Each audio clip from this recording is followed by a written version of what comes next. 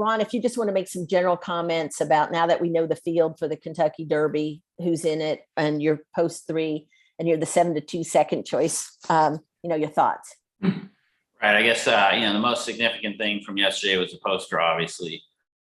Post position 3, I think, our preferred desirable spot would have been number 9, just because they load in the gate.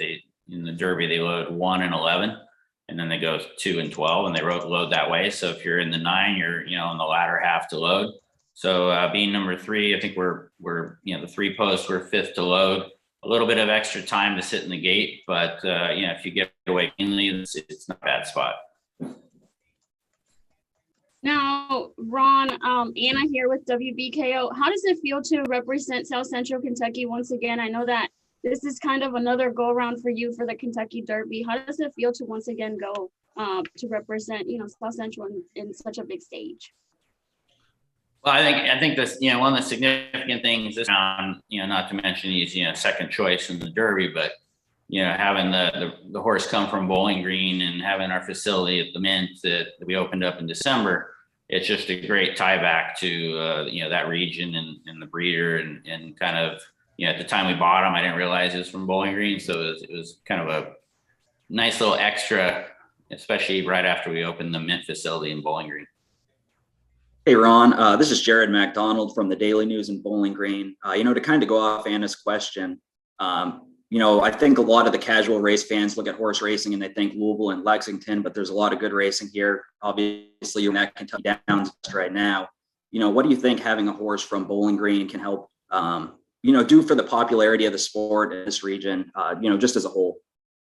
Well, I think people from the Bowling Green area are obviously, sporting fans. You see a lot of that, especially around the football season. So, hopefully having a horse that's from their region will kind of tie back and create some more fans for horse racing. But, I think it's a great tie back, as I said earlier. So it's fun, and it ties back to the Mint. I know the Mint will be throwing a pretty significant little party there. And hopefully we'll get behind Epicenter and behind the horses from their city. John Clay. Ron, obviously, Steve Asmussen has trained a lot of your horses, obviously with Epicenter. But what makes Steve such a great trainer? What do you like about him as a trainer? Attention to detail. I mean, I have never seen a trainer that has the attention to detail that he has. And I'll kind of give you an example of that. The starting gate is, fairly new here, where they have 20 horses instead of 2 starting gates. And, I asked Steve the other day, I said, is Epicenter, have you taken him to the starting gate? Yep, already for that. It's every little detail that makes him who he is. In fact, he's even schooled out by the area where they start, just because horses tend to, especially Epicenter, something new, they look around. You don't want them to be there the first time on Derby Day, looking around and seeing what's new around them. So I think that stuff like that is what makes Steve, a little bit different. It's every little bit of attention to detail. There is no stone unturned with him. Yeah. Hi, Ron. This is Mike Brunker from the Las Vegas Review-Journal. Couple things. I heard you mention in an interview the other day that this is essentially now a 70-year quest for your family to win the Derby. So I'm hoping you can just talk briefly about your dad kind of starting down that path and how you picked it up and how your thinking may have changed and how you approach it over the years. Sure. My dad was a huge race fan. It really started with his dad, who, growing up, he used to go to the track with him. My grandfather used to be, a player that bet on horses, but he bet on long shots. So he'd follow the horses. And as they kind of lowered in races in quality and were able to win, he would be betting on them. And so my dad at an early age went with them. And then I know, he originally grew up in Bloomington, Illinois.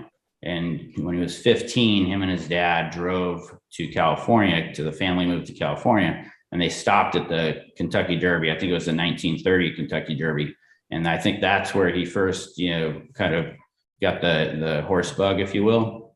And then later in life, when he started working, he always thought, well, if I ever got enough money, I'd want to own racehorses. And that's how he got started. And so, in the 50s, he started racing horses, and he chased the Derby. I grew up going to the racetrack, and so basically for 50 some years he chased the Derby. He passed away in 2002. It's something we did together, and I just carried it on and continued the quest. So that's where the 70 years comes with 50 years there, and the last 20 years that I've been chasing the same little gold trophy, if you will. Okay, and I know you're listed as a Las Vegas resident, but you obviously have a lot of business interests in Kentucky and elsewhere. How much time are you able to spend in Las Vegas? Well, I live in Las Vegas mainly, and I have a farm in Lexington. So really, I'm based out of Las Vegas, and I come to Lexington, and then we have the Kentucky Downs racetrack as well. So I travel back here quite a bit, but mainly Las Vegas. And what year did the family move there? To Las Vegas, I think that was 84. This is Mohammed from the WBKO TV. And just a quick question. Correct me if I'm wrong. I don't think there's any record of how many horses born in Bowling Green have actually competed in the Derby, but there's obviously certainly hasn't been a winner from there. I mean, to potentially do that, and I know that's been kind of touched on already, but to maybe possibly win it, how cool would that be just for South Central Kentucky and Bowling Green as a whole? Well, I think it'd be awesome. I'd love to take the Derby trophy on a little trip to Bowling Green and display it in the Mint and give people the opportunity to come over and see it if we're so fortunate to find the winner's circle. Hey there, Ron. I appreciate the time from you this morning. I know at the top you addressed the post position draw yesterday and where Epicenter is placed, but I'm just curious your thoughts as to, with the new gate that came in a couple of years ago, just maybe how it changes things for horses drawn in a similar position to Epicenter, or just the way that maybe being more on the inside isn't as punished more with the gate, if you feel that way. I think 100%. I mean, it used to be the number 1, 2, and you could even possibly say the 3 spot was a significant disadvantage coming into the turn, because you had the turn that kind of popped in front of you. I think the one gate systems is kind of eliminates that part, but it does create another little challenge. If you look at the horse I had last year, Midnight Bourbon, who his physique was a larger structured horse, and the gate's a little bit narrower. And so I know that when he came out of that gate and he kind of sat back on the back of his heels to start out of the gate, he was scraping the sides a little bit. And so, that may have contributed to a little bit slower start, but that's one consideration. But overall, the new gate, being one big gate instead of 2 gates, is definitely eliminated some of the disadvantages that I think that we saw in the previous gate system. You mentioned that example right there with Midnight Bourbon. Is there any way to prepare a horse that's maybe, got that bigger physique for kind of the narrower gate, or is it just something that they kind of have to deal with once they get in there? I think it's just something you got to deal with. I mean, you can't really, it's hard to say, which horses are going to be affected or not. I mean, Midnight Bourbon was probably unique. I mean, physically, he was just an impressive horse. Oh, Ron, I do have a question. It's Rhonda Miller from WKU Public Radio in Bowling Green. You said you didn't know the horse Epicenter was raised in Bowling Green. Can you just say more about the horse and, maybe more related to how it was raised in Bowling Green, or, just some details here for the local folks so they can understand more about why this horse is doing so well. Right. Well, I mean, I think I said earlier, when I purchased him out of the September sale, I didn't really look back and say, he's a Bowling Green horse. But I mean, sometimes we do look back and see where they're bred and where they came from, just because, you kind of want to know where they're raised and how they're raised. But in this particular instance, we didn't. And then later on, I found out he was from Bowling Green. And, obviously, like I said earlier, it's, pretty significant with the business interests that we have in the Mint and the Bowling Green and that region. But I think it's just a cool story. I mean, he's also just kind of a really cool horse. He just has the mindset that I think that makes it applicable for what we need to do in the Derby. So I think, when you look at him, physically and what he's done and the races he had, the race he had in Louisiana Derby, the distance he's gone, his style of running, up towards the front with a lot of tactical speed. I think for, people in Bowling Green, I think, it really gives him a great shot at, hopefully winning the Kentucky Derby. And, that's the reason he's, second choice. I think he'd probably might end up being the favorite at the end when the bettors, put down money and decide who is the favorite. But I think, he's just in a great position physically, mentally, to hopefully get the job done. Anna? Ron, well, talk to us a little bit about kind of purchasing Epicenter. What kind of drew you to, officially purchasing him and then taking him to Steve to be trained for the Derby? Well, I mean, originally, he came out of September sale. We have a pretty lengthy process that we go through and how we select them. This was one that was actually Steve Asmussen absolutely loved. And so that was kind of the original spot where, he came from, and then he went through the rest of our processes and came out as a horse that we thought was a great candidate for, being here today, and getting into the Derby, because it's, the primary focus when I go to sale is kind of looking for Derby horses. And then, that he just surfaced as an outstanding candidate. Ron, talk to me a little bit about the business of Winchell Thoroughbreds. Is it a money-making enterprise? Is it more something you do for the love of the sport? Is it a break even on a good year? How does it pencil out?